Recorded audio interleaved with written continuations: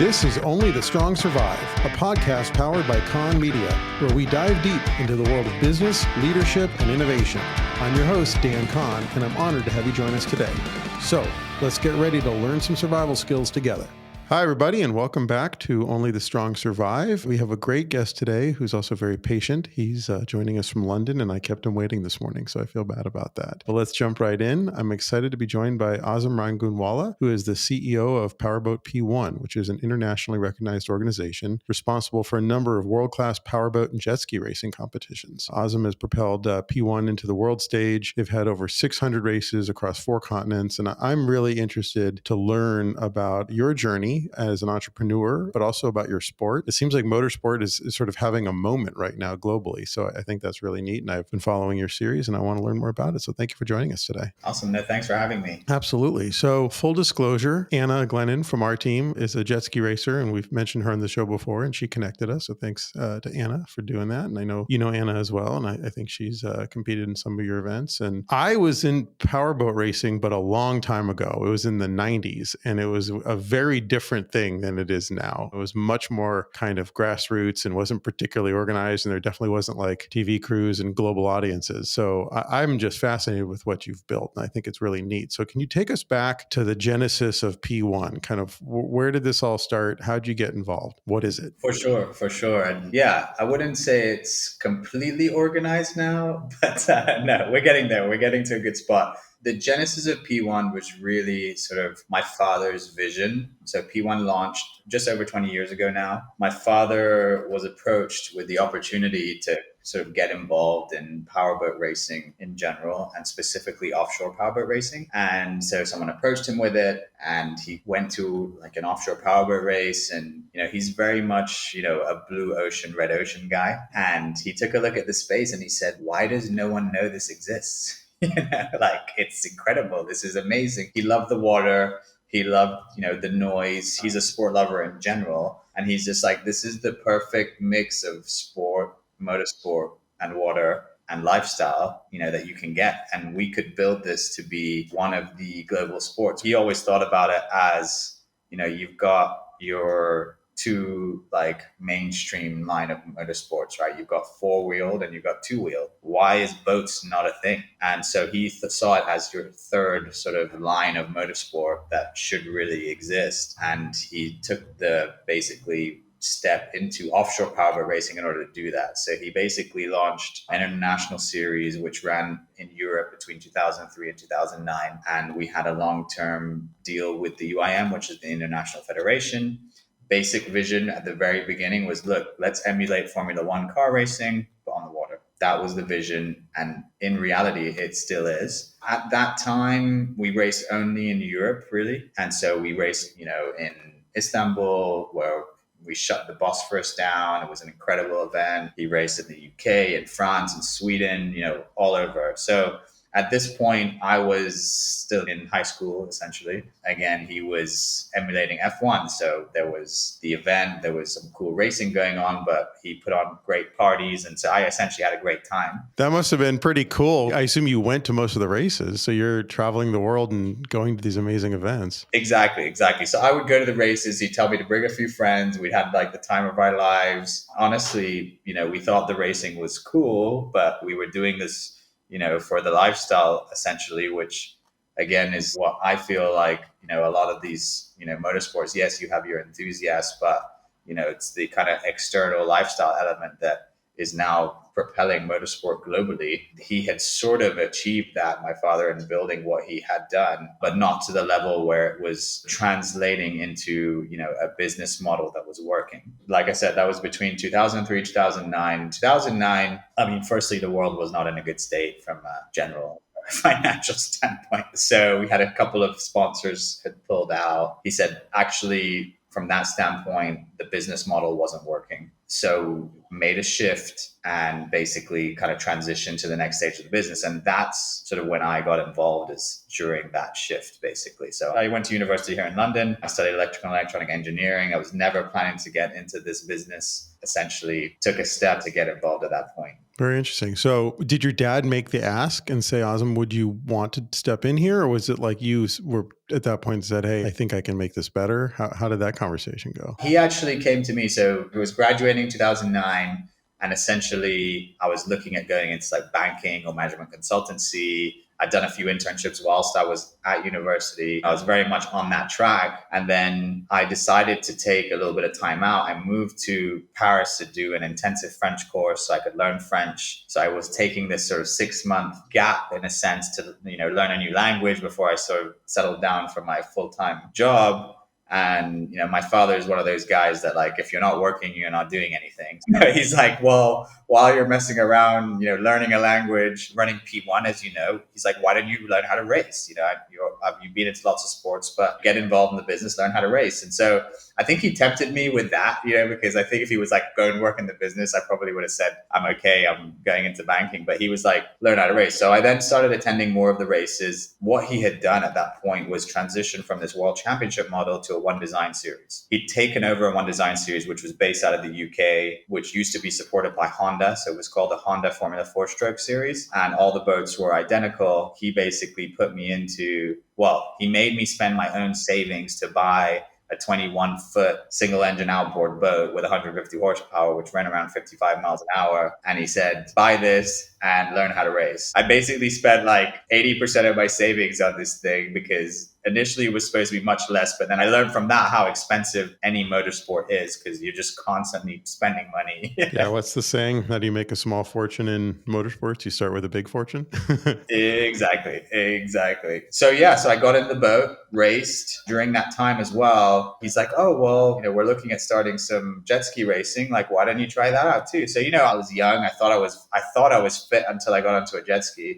The boat racing was easy, like from a physical standpoint. It was still tough, but easier. But when I raced like an offshore jet ski race in the south of England, and I mean, it was brutal. Like my body I couldn't walk for like 3 days. So I did a bit of both of those. And that's when actually I realized, the sport is amazing. I fully understood his vision of what it could be. I would have loved to sort of continue my racing career. I thought I was getting better. I thought I had sort of the talent to compete, but I said, if I'm actually going to have a career in this and it to be my career, then the sport needs to be at a higher level and I want to help the business out. And that's sort of how he sucked me into it. Basically, once I finished sort of my Paris French learning situation where I studied at a university there to do that, and I was racing in between, he then said, well, whilst you're still applying for your jobs, why don't you go and learn how to build these boats? So what I didn't know was at the same time as taking over the One Design series, his plan was to redesign the boat. So then we owned the actual boat mold and owned the IP on this new One Design that he created. And so we built around 43 of those, and he put me into it. And he said, you're an engineer, you'll figure it out. So I spent 3 months in Fountain Powerboats in North Carolina. And I basically went from like start to finish of building a boat. Like literally first day, they put me into lamination. I was wearing the full suit. Then I was involved in the rigging process. I've done boat layup in a mold and I've done rigging, and it is a tough, it is a tough deal. And like, especially laying glass is kind of a horrible job. Like you're itchy and it's just like, it's dirty. It's not a particularly sexy thing to do. Not. So when I got there, the second day, I remember specifically, and I was staying in like a nearby hotel to the factory. I got back and that's when you talk about itchy, like that has never left my memory. Like I was just, I called one of the guys and I'm like, is this normal?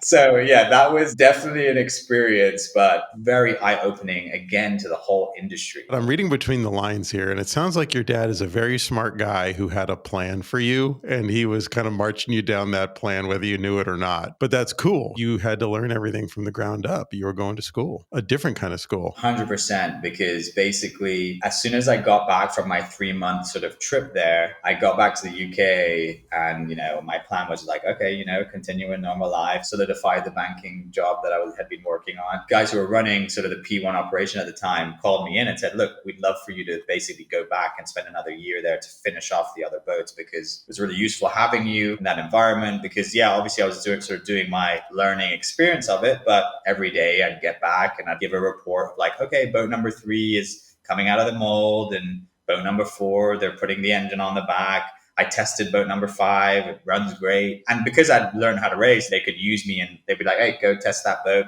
with so-and-so and come back and give us the data. So I'd learned to a point at that stage where I was really useful to them. That was my year. Then I basically moved to North Carolina. And yeah, like you said, at that point, I remember going to a meeting with my dad and we were sitting with some other guys just talking about P1 in general and, what our plans were. And my dad was like, Azam doesn't know it yet, but he's going to be in the US for a while. And I was like, am I? Oh, okay. Yeah. Thanks, Dad. Yeah, exactly. So you hit the nail on the head when you said he definitely had a plan. Interesting. So backing up a second. So the boat that you bought when you were in UK, that was like your kind of training. So was it a hydroplane with like an outboard? No. So still offshore. Okay. So he was very much into offshore powerboat racing. So the monohull offshore. Monohull offshore, correct. Exactly. Okay. So how fast was something like that? So about 55 miles an hour, maybe hitting 60 max. Now that's cooking, especially if you're offshore. That's moving right along. That's good. All right. And basically it felt like, because there was no windshield and obviously, we're wearing a helmet, but I remember taking someone out who didn't really know about boats or anything. And we were going at like 25 miles an hour. I took her out and then like they were sitting in the back and I was with my co-pilot. She was like, this is the best thing I've ever, we're going so fast. And that's when I was like, you know what, actually, this even further sort of propels the whole vision of taking not just offshore powerboat racing, but boating in general. Like, I feel like there's a big sector of people who know boating, they're involved in it, but actually the percentage of people that don't know about it and like just that one little experience converts them for life. Mm-hmm.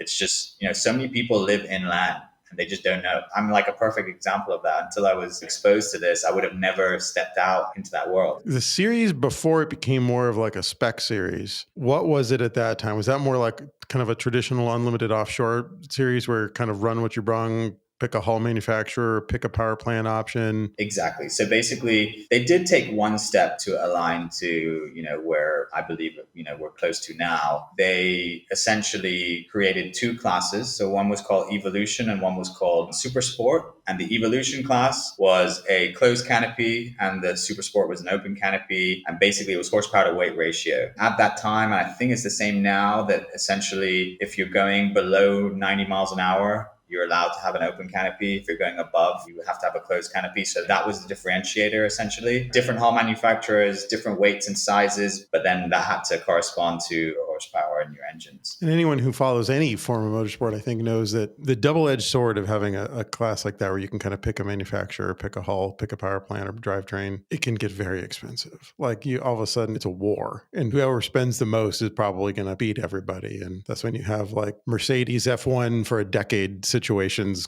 start happening. And oh yeah, 100%. The sport has been defined that way for years. And interestingly, we found, and you talk about Anna and her racing with us, and we found that both jet ski racing and power racing like had that sort of similar character. And so many motorsports do, as you said, like so many motorsports do have that characteristic. But because it was a smaller motorsport, you had a lot of guys who came in and a lot of guys over the years who have been in the sport. It's a good sport to get into if you have a lot of money and you want to win world championships, because you could, especially at that time, you can outspend your way and basically win. And you can be in the boat because you have to have, some sort of level of skill. But basically, if you have a good throttle man, you can drive and essentially you're just steering. And obviously there's a little bit more skill to them just steering. And in the big boats, it's typically 3 people, right? You've got a driver, a throttle man, and a navigator. Is that still the case? Or it's become more 2. In the older days, yeah. And when we were kind of running that original series, like you said, it was kind of run what you brung. There was a lot of sort of navigation involved because the race courses were still quite long. So we even had race courses where it was kind of up to like 10, 12, 15 miles all around. We've now got to that point where we've shrunk it down to like, maximum 6, 7, and that's still big. Can kind of go down to around 5, just because now, it's all about instant gratification. We're trying to engage the crowd more these days. Yeah, to spectate, it would be a lot easier. Yeah. So yeah, historic offshore powerboat racing in general, it's very cool. Even right now, so we run a race in Sarasota. I was watching one of the videos from the 80s, and they had like a 30 or 40 mile race course. I mean, these guys are crazy, not just in terms of racing and around that, but like imagine like covering that. Helicopters. We still fly the helicopters, but they used to actually commentate from the helicopter. There's a guy, Rich Lewis, who's involved with the championship right now. So he's the head of sort of APBA Offshore at the moment. He was telling me about it. He used to sit in the helicopter and he'd be screaming, like commentating, because it's so loud. Not only the helicopter's loud, the boats are loud, Yep. and so like if you watch all the old videos where, he's the guy who's kind of screaming there. But, what's quite cool about that whole generation is that sort of your cocaine cowboys era. I don't know if you've seen the Netflix documentary. I was going to ask, I want to see it, but I mean, I kind of remember it. So like I was going to ask about that because one of the things about offshore powerboat racing that's kind of interesting is it has a real Wild West past to it. And there's some characters that 100%. Like the Whittington brothers and I mean like Don Arano and there's guys building boats for the drug runners and they're building boats for the DEA and they're going powerboat racing. I mean like people getting murdered and it was a pretty wild deal. Yeah. Like what I find that's really cool about it that for me is definitely like the whole kind of cocaine cowboys, that like Thunderbird Road, Miami Vice type vibe. Like you said, Don Arno, those are all such cool stories. But at the same time, you have sort of like the legendary offshore powerboat racing that happened like in the south of France in a really sad situation. In the 80s, you had Princess of Monaco's husband sadly passed away in an accident around that time, which, at that point then increased the safety standards in a way where they took the best out of a bad situation. But they used to race a lot around there. I mean, Senna from, Ayrton Senna, you'll see him kind of getting into a boat. Similarly, you've got sort of Victory Team, which is a Dubai-based team. I mean, Emirates Airline, their first ever sponsorship was a powerboat race in 87. There's a lot of cool international history where it ties together the Middle East, Europe, and the US. And, one of the things that I feel is that we have that opportunity now, especially with like just globalization the way that it is, with social media and live streaming and sort of connectivity and social media, it's a real opportunity to sort of basically launch a sport which has a kind of global history already and to like reignite it. So I feel like that's part of our current opportunity, really. So let's talk about that for a minute because I think you gave us a great kind of background. So just to kind of get us up to current day. So now you have this sort of spec class, right? And now how does that work? They're all essentially the same hull. And how does a team get involved and what's that look like? And how fast do those boats go? So there was a couple of stages actually sort of between the spec hull and now. Essentially, we built the spec hull. The concept of that at that time was to launch sort of national franchises. So we had a national franchise in the US, a national franchise in the UK. We were looking at launching one in Malaysia. That was sort of the concept. Then you have like a singular world championship. During that time, we felt that we needed to sort of add to our entertainment on the water because those boats, so they were 28 feet, single engine outboards, similar to what I started racing, went around 65 miles an hour and close to hitting 70. So they were a little bit faster than what I had learned to race in. And actually, just as a business model, it didn't really work the way that we wanted it to. So that spec model is not exactly what we're doing now. What happened with that was I felt that it needed another level of entertainment, which is where we brought the jet skis in. For me, between sort of 2013 and 2016, Aquacross came in, which is our jet ski championship. And that like changed the kind of whole vision of like what we were doing. And obviously my whole thing was I got involved in building those boats and very much focused on the One Design. But when Aquacross came in the One Design series that we owned, we were renting the boats. So for example, and it was a great model, especially for grassroots, building the sport. So you and I could go and we could rent one of these boats for 30 grand for the year. And what I would do as P1 was I would partner us with a sponsor. So for example, we had a sponsor, Visit St. Pete Clearwater, did the deal with us at one point. We're still racing there in St. Pete, downtown in Florida. Basically, it would be, so you and I would become the Visit St. Pete Clearwater boat. We'd have the boat for the year. And I mean, it was a great rate for 30 grand. We'd basically have our own race boat and we race for the year. So that was sort of the general concept. And we got a lot of new people into the sport that way. But the reason why it wasn't working as well enough was because one, we owned all the boats in the championship. So we were renting them out.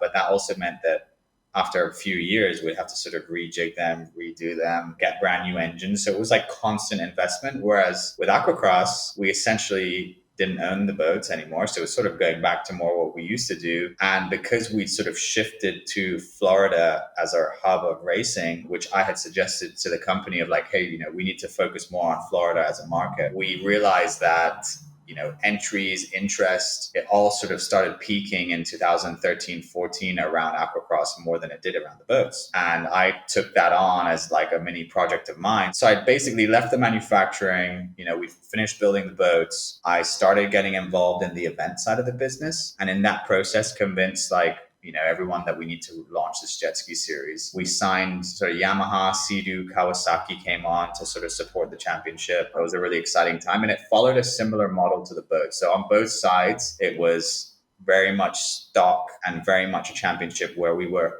trying to avoid exactly what you're talking about. Like we didn't want someone to come in and spend like 10 times more than the other guy. So the competition was really good, and it was very much a sort of a stock base model. Fast forward to 2016. So we were running a one design championship with, these 28-foot boats, and we were running our aquacross jet ski series. And the model was at the time is we had, an event where you have both of these championships at the same time. That's when I came back into the larger offshore powerboat world. You've seen the Miss Geico boat around from time to time, right? Yep. Yeah. Basically, I went to a race, and like I mentioned before, we run the Sarasota offshore powerboat races. And so someone invited me to go. They were like, oh, I've heard you're in Florida. You should come check out Sarasota, 4th of July weekend. I said, okay, sure, why not? So I went to Sarasota, and essentially, I was blown away, to be honest, because there was the Friday night, they had a street party. There was about 20,000 people roaming the streets around these giant offshore powerboats. I saw the Miss Geico race boat, and I'm like, wow, this thing is insane. And it sort of reminded me of the older races that my father used to stage. And I was like, okay, I didn't actually know that this was as big of a thing in the US as I'm seeing. At that point, I think it was like sort of the 28th or 29th year of the event. I'm like, this race has been going on for this long. Who's running this? What are you doing? On the weekend, we went out to Lido Beach there, and there was, 40,000, 50,000 people on the beach watching Miss Geico go past. Everyone would start cheering. I'm like, this is amazing. And that was like a big MTI or something, right? Like a big, yeah, exactly. Big, huge catamaran, like 180, I don't know how fast that thing was. 180 miles an hour, big, huge cat, like just a different animal. Okay. And I'm like, whoa, this is insane. But actually, what I was thinking at that time, I'm like, there's a lot of downtime, between the races. I'm like, I could be racing our boats and the jet skis in between. And I was like, this is great. So I spent like 2 years chasing down like the organizer of that race saying, listen, please let me race in between you. So you're talking about in between heats? In between heats, exactly. Okay, just to give them more entertainment. Exactly. So like basically they had a Sunday, race schedule, and they had like 4 races, and one would be at 10, one would be at 12, one would be at 2, one would be at 4. And I'm like, look, in between the races, there's loads of time. Let me just fill in the gaps. They kept saying no. And obviously there was different things that were going on. And the guy who was organizing that didn't really want it to happen. But eventually, things aligned, different people got involved. And actually someone called me and said, hey, I've come up with a great idea. Why don't you race in between the bigger boats? And I'm like, okay, yeah.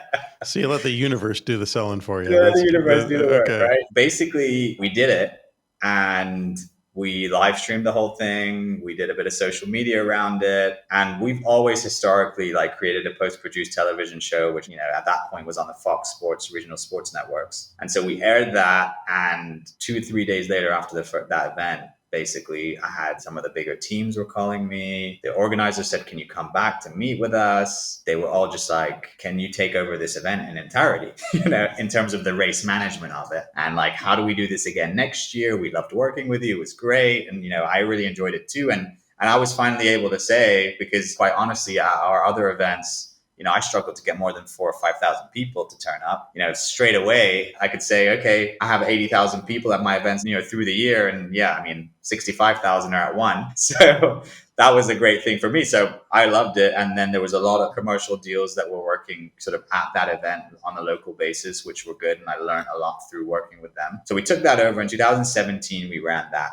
race, which was great. And it was sort of like our singular APBA offshore invitational. So we created it as like a one-off invitational event that, we essentially took entries from the likes of Miss Geico and all the bigger teams. And we just sort of ran it on our own. And that's American Powerboat Association. Correct. The American Powerboat Association. Exactly. So that's the sanctioning body here in the US. Correct. And so like I said, historically, we had had a deal on an international level with the UIM. So the UIM is your sort of international federation, and the APBA is your US national federation. So at that time, we were just sort of running in the APBA because it was only on the US side. And so in 2017, at that point, we had the jet ski series, we had the One Design series, and we were running this like singular invitational with the larger offshore boats, right? But I was actually getting more attention from that one race than I was in like everything else. Because even like on the aquacross jet ski side, Yamaha like loved being at that race because they had a block party which had 20,000 people there. So they brought, some of their activations with the wave runners, and they set up there, and it was great. I also managed to sign a partnership with Mercury Racing, the engine manufacturer, and it was the first time that they had done a powerboat racing sponsorship in about 15 years at that time. So it was super cool. I mean, I did one of my, hey, I'm in the area, and like showed up at the door type of thing. That's one of my tactics in life, is like, okay, hey, I'm just close by. Are you around? No, just show up. Someone. Yeah, just show up, right? Just keep showing up. So I did that and managed to sort of get in the door, create a partnership, which was great. They came to the street party as well in 2017. So I'd experienced the street party in 2016. And I'm like, this is the easiest activation style I've ever had to do in my life, because I was literally showing pictures of boats on a street with like 20,000 people. I'm like, guys, this is where you need to be. And it worked, and I had a great experience. I was struggling because to get to the sort of non-endemic brands that I was trying to partner with, they'd always be like, well, who is sponsoring you? So I'd be like, well, Yamaha, Mercury Racing, so I had a couple of engine manufacturers. It was good, but I was struggling with, the non-endemic. So I was like, you know what? I need to get in with this Geico team.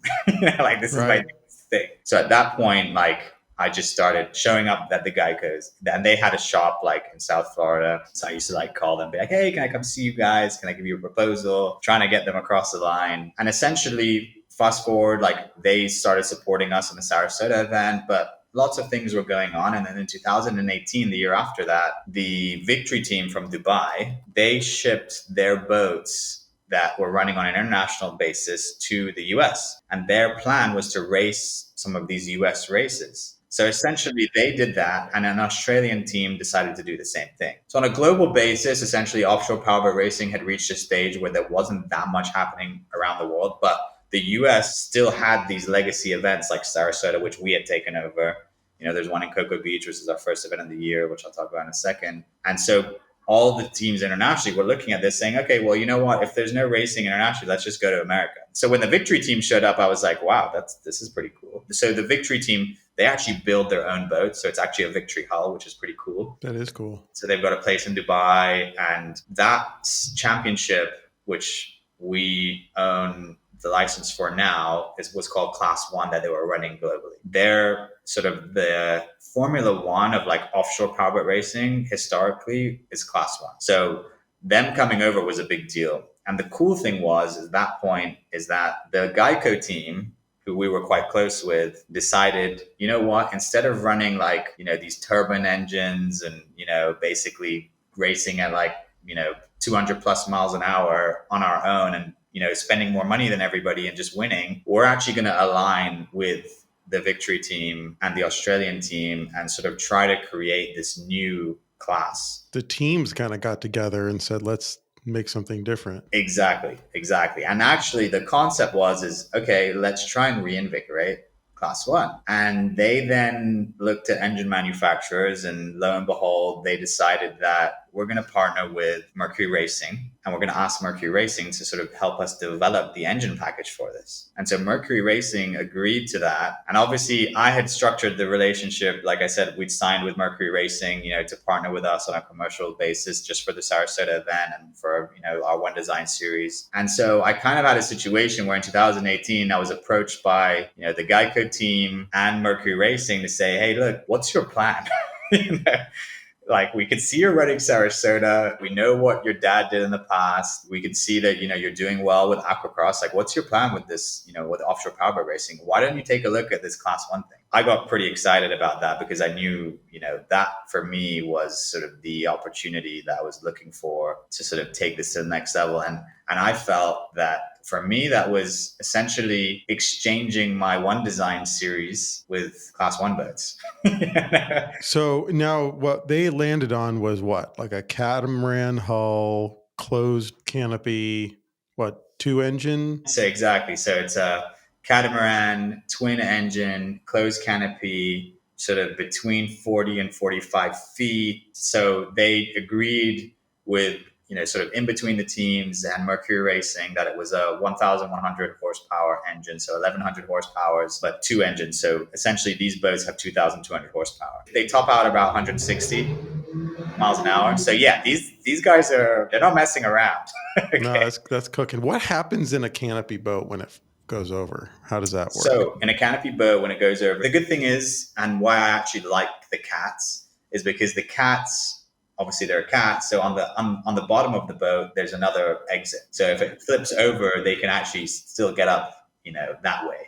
But what happens is you have two things, and you might know from your boat racing experience. If you're in a canopy, you need air. You basically have about 10 to 15 minutes. Some people put bigger air tanks, but you have an air tank. The idea is as soon as you flip, you put your air in, you wait till you're comfortable enough, then you can unbuckle, you have to flip over, and hopefully you can go up rather than down. If you're in a monohull, which there are monohulls that race with us, then you do have to go down. In order to race a canopy race boat, you have to go through what we call a dunker test. So there's actually like a fake version of the canopy that they put in a swimming pool, and they flip you upside down and you have to get out. And actually, and did it in order to race in E1. So she's done one of those. I've done it a few times. I mean, it's definitely not my favorite thing to do.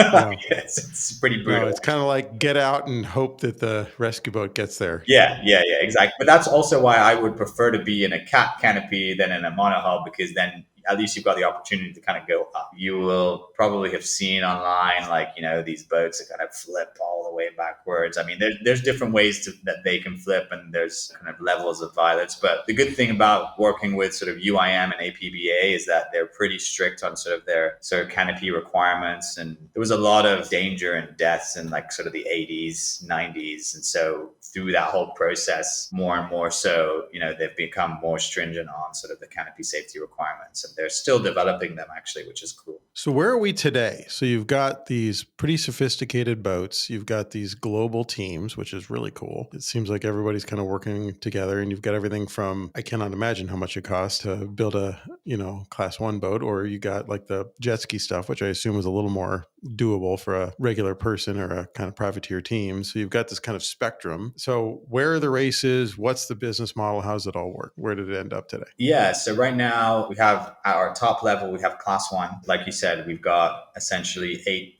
international teams that have come together. They've all got the Mercury Racing 1100 competition engines, which is really cool. So competition wise, it's very competitive. It's quite difficult to get into in terms of we've had different people come in who have come from other classes, and they've really had to work to sort of be on the podium steps. So that's our top level. And those races right now, they're nationally around the US. So our vision is obviously to take it back international.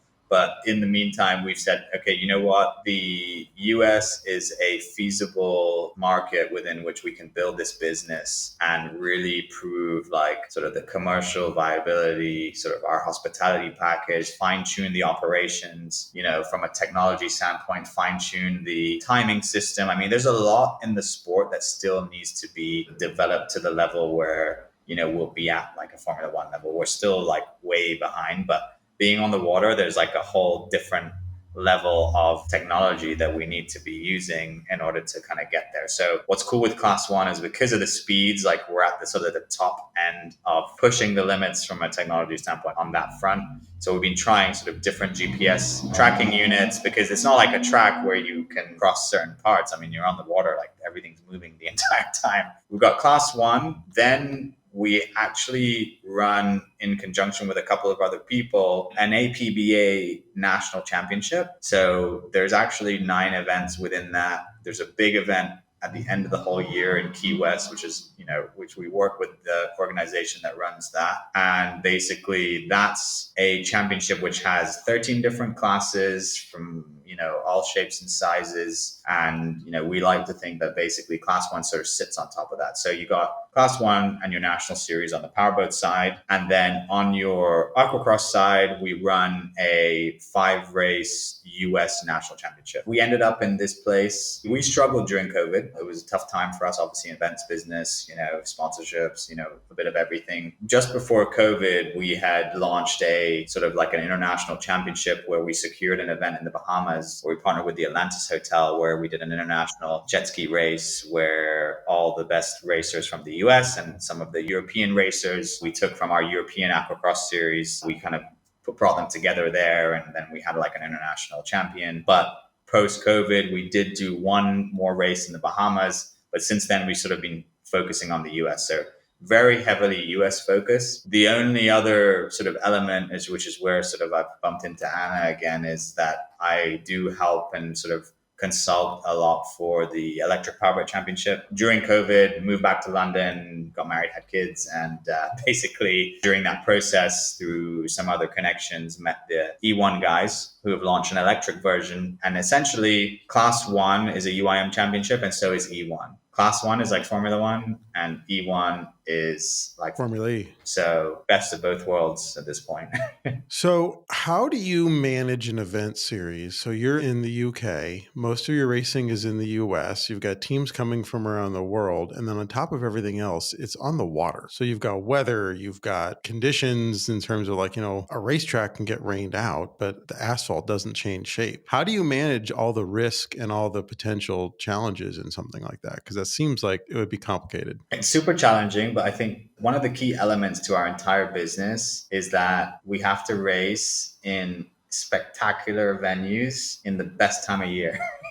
So we're looking for good weather periods, and we're looking for sun, we're looking for beach, and we're looking for good conditions on the water. Like those are like key elements within which, before we even actually race somewhere, we're looking like, okay, we're not going to go to race somewhere where it's like raining every other weekend. Or if it's in Florida after 3 p.m., we know it's going to rain most of the time anyways, if it's summertime. So we have to be flexible with the conditions. Of course, I remember it was Daytona 2015. We were racing aquacross and we were trying to go live for the first time. And obviously, boom, it starts raining and lightning and thunder. So we've been through those elements, but it's about having a backup plan, understanding that conditions are a real, threat to the business. But also, it's one of the reasons that offshore makes so much sense for us, because the boats are offshore power boats. Aquacross is an offshore championship. Like you said, I believe you had experience in hydroplane racing. With hydroplane racing, you need dead flat. It has to be like super flat in order to race. Perfect. Yeah. So the cool thing with us is that, that gets to a level where, and we actually leave it down to our safety team. Safety is paramount. Safety is always number one. If the safety team do not feel that they can rescue someone in a flipped boat in certain conditions, we will call the race. That's going to be sort of like our call. Or one of the other things, if the helicopter can't fly because of lightning or whatever it is, like those are the sort of few elements that will actually call a race. But usually when we're in Florida, we wait an hour and then the rain goes away and it's fine. That makes sense. Okay. So where is this all going? It seems like motorsports in general are kind of having them, because you're right.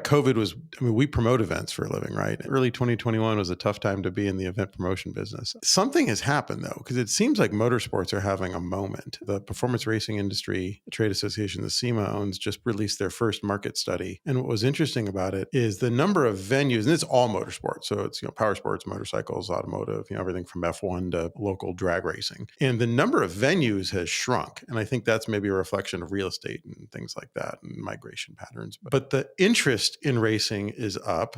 Revenue at the gate is up. Viewership numbers is up. So even though there might be like fewer venues for different types of motorsport, it just seems like people in general are more interested in motorsports today than they have been in a really long time. Are you seeing that as well on the boat racing side? 100%. I mean, it was funny because post-COVID, the amount of pitches that I've had to like recreate Drive to Survive is like insane. Every single player, like Drive to Survive. And quite frankly, Drive to Survive was a really big catalyst for that, in my opinion. F1 did an incredible job with that. But it's not only that. I think it's a combination of Drive to Survive made motorsports cool again. The lifestyle that sort of is around motorsports. I think post-COVID, people want to be outdoors, but they don't necessarily want to like play the sport. Obviously, traditional sports will always be there. But I feel like being able to drive or being able to be in a vehicle, people now understanding that it's not just the person in the vehicle, it's the whole team. It's kind of that whole lifestyle of like being part of a motorsports team, and then also who owns that motorsport team, and why are they doing it? So like there's so many elements which something like Drive to Survive has exposed. People now know who is Toto Wolff. Not many people would have known that 10 years ago, who was managing the team. But now, actually, I would say more people are aspiring to be like him. People want to be in those positions. So not only from like a career perspective, where there's more people interested in the engineering, the technology, sort of like the fame side of it, it's created a whole nother dynamic, and it's incredible. We've 100% noticed it. Quite frankly, we're trying to emulate some of that and create that lifestyle around what we're doing. We're looking for characters. We're trying to build the characters of our sport. It was funny because, we've had people kind of come in and out of the sport over the years. I don't know if you know, but Travis Pastrana has raced with us quite recently, and he's been amazing for us. He's just a great guy in general, but like for a sport, and the way he sort of sheds light on our sport is incredible. At the same time, we want to build our own heroes within the sport. So, we've now got like Britt Lilly, we've got Alex Pratt, you've got some of these younger guys coming in, sort of your next generation of characters, and we want to lean into those, build those. And one of the things that we're missing is the household name of offshore powerboat racing. Like, who is it? Who is that guy? Like, we're going to find those 2-3 people over the next few years, and that's what I see is sort of our opportunity. It's myth building, right? It's building this kind of, you're making heroes. I mean, it's interesting. Like in F1, you have someone like a Hamilton, who's I think mostly famous because he's good, right? And he just won a lot. And I think he does have kind of a rebel attitude. But then you have someone like Valtteri, who like has this following because he's this kind of like personality, right? It's as much about the mullet and the personality as it is about the racing. So it is entertainment, right? So we're trying to entertain people. It's funny because like I remember there was like a internship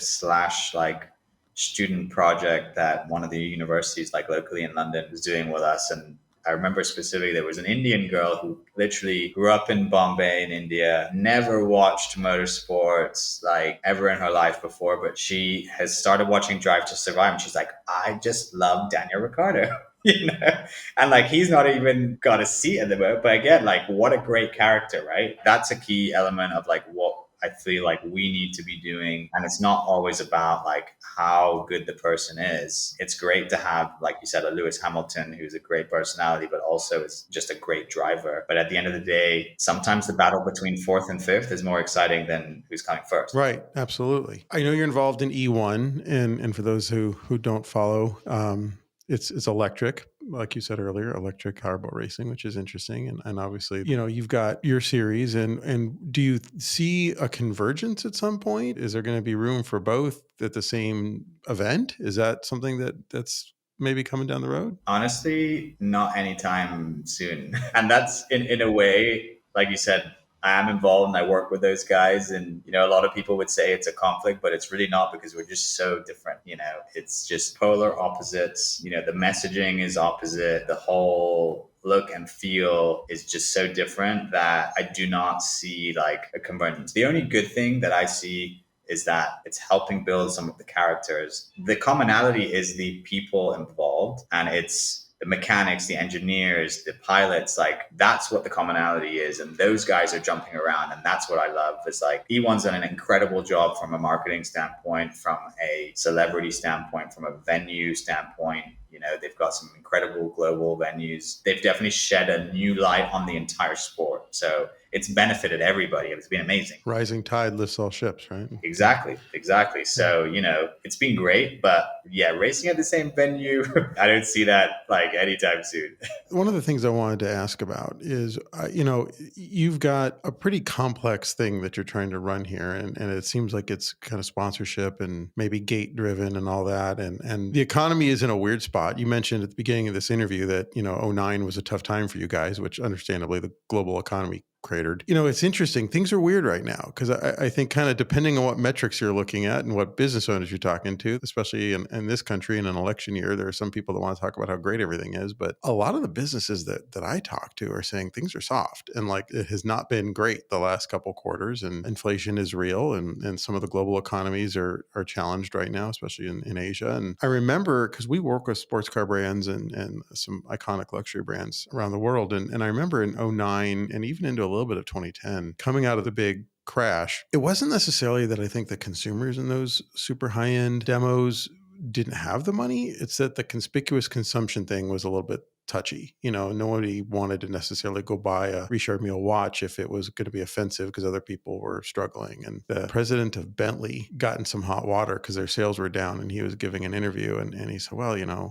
we still make a great car and there's still high demand, but the global economy is soft right now, and nobody wants to show up in a new Bentley when your neighbors are struggling. And like 48 hours later, he didn't have a job. So I think he kind of said the quiet part out loud and maybe ruffled some feathers. And historically, powerboat racing is a sort of, maybe not from a spectator's perspective, but from a participant perspective, it is a wealthy person's sport. So is that a thing you're concerned about? Is that something that you're feeling? How do you navigate that? Or is it a non-issue, you think? No, it's 100%, something that we've been thinking about a lot. It's definitely an issue for us. And I think the strategy shift that we've made is one of our goals over the last few years has been to sort of secure multiple international venues. And we've been really pushing on that. But because of this sort of current tide that you're talking about, our thought process is, okay, rather than focusing on creating a full international championship, we're essentially leaning into what we're good at, which is where we are.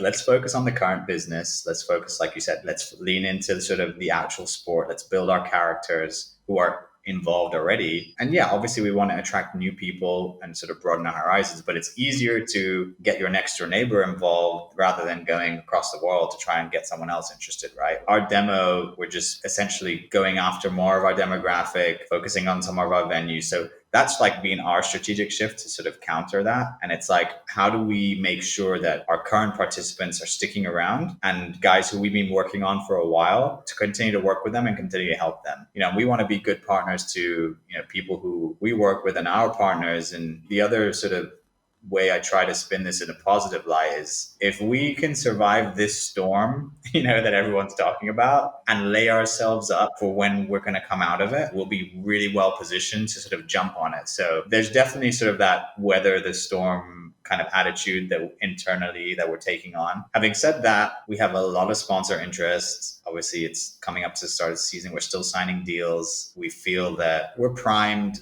and more organized than we ever have been. And that's partly to do with where the business is as a whole and the people who are involved and my team. And just, we've been now sort of running class one for, this is technically our second/third year of like running this class one championship in partnership with UIM. So, we've been rolling enough in order to get into a groove. But yeah, totally, like we had to make that strategy change in order to adjust to sort of what we feel the market. And I think that's most businesses right now, right? You run lean and mean, and when you come out the other end of this thing, you'll be so much better off as a result of it. So it's an opportunity. So that leads me into my last question. This is something I ask every guest. My personal philosophy is to try and make every mistake once. That's sort of how I learn. So if you think back on your career and at your time with the series, what's the biggest mistake you can think of that you made, and what did you learn from it? The biggest mistake that I made, I would say, is during COVID. Obviously, COVID hit, and I moved back to the UK. One of your questions earlier was, how do you manage